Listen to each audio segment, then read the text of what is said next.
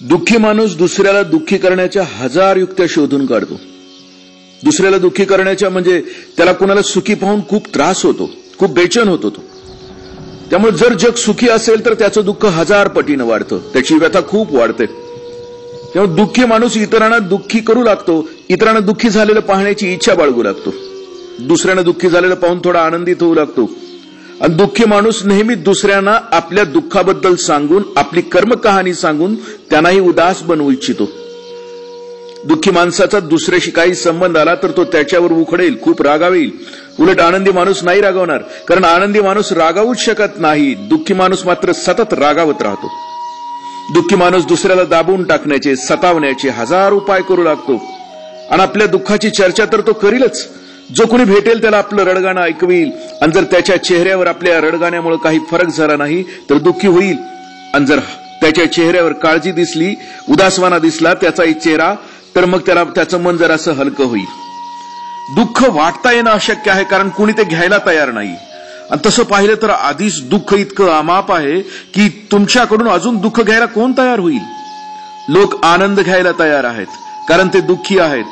पण लोक दुःख स्वीकारायला तयार नाहीत, कारण ते आधीच दुःखी आहेत. पण तरीही दुःख वाटण्याची धडपड चालू आहे. यामुळे तुमचं दुःख वाढतच. आनंद वाटून टाकण्यानं जसा वाढतो ना, तसंच वाढण्याची प्रक्रिया दोहोंमध्ये वेगळी असेल, पण त्याचा परिणाम मात्र एक आहे. आनंद वाढण्याचं कारण जेव्हा तुम्ही कोणाला आनंद देता तेव्हा तुमचा आत्मा विस्तार पावतो. वस्तुस्थिती तर अशी आहे की दुसऱ्याला आनंद देण्याची नुसती कल्पना करण्यानेही तुम्ही मोठे होत असता, छोटे नाही राहत.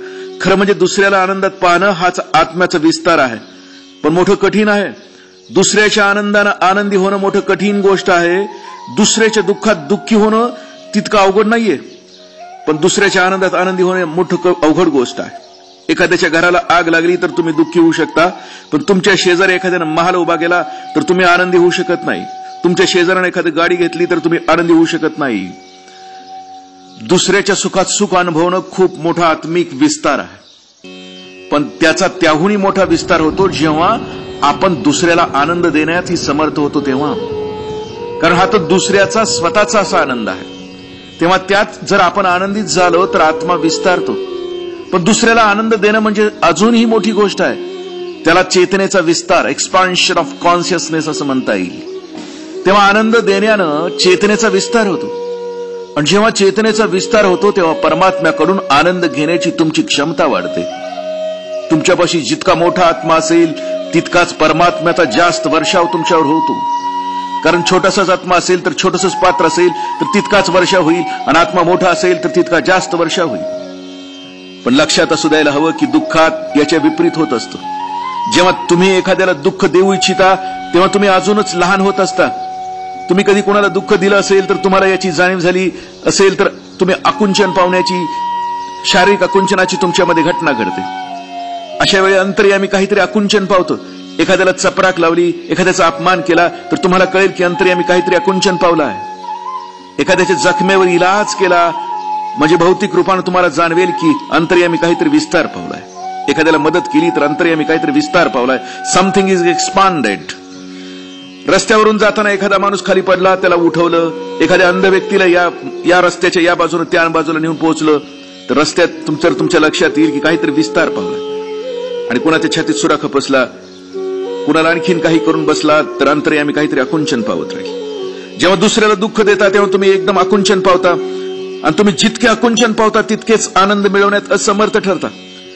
आता ही गोष्ट गमतीची आहे की आनंदासाठी विशाल हृदय लागतं आणि दुःखासाठी तोकडं.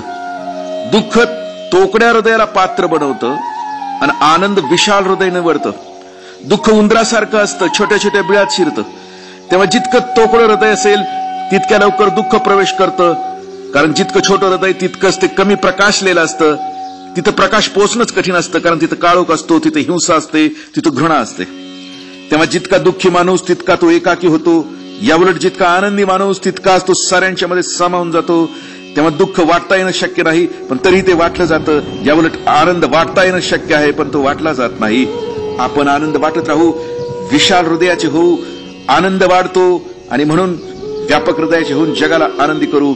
जय हो, मंगल हो.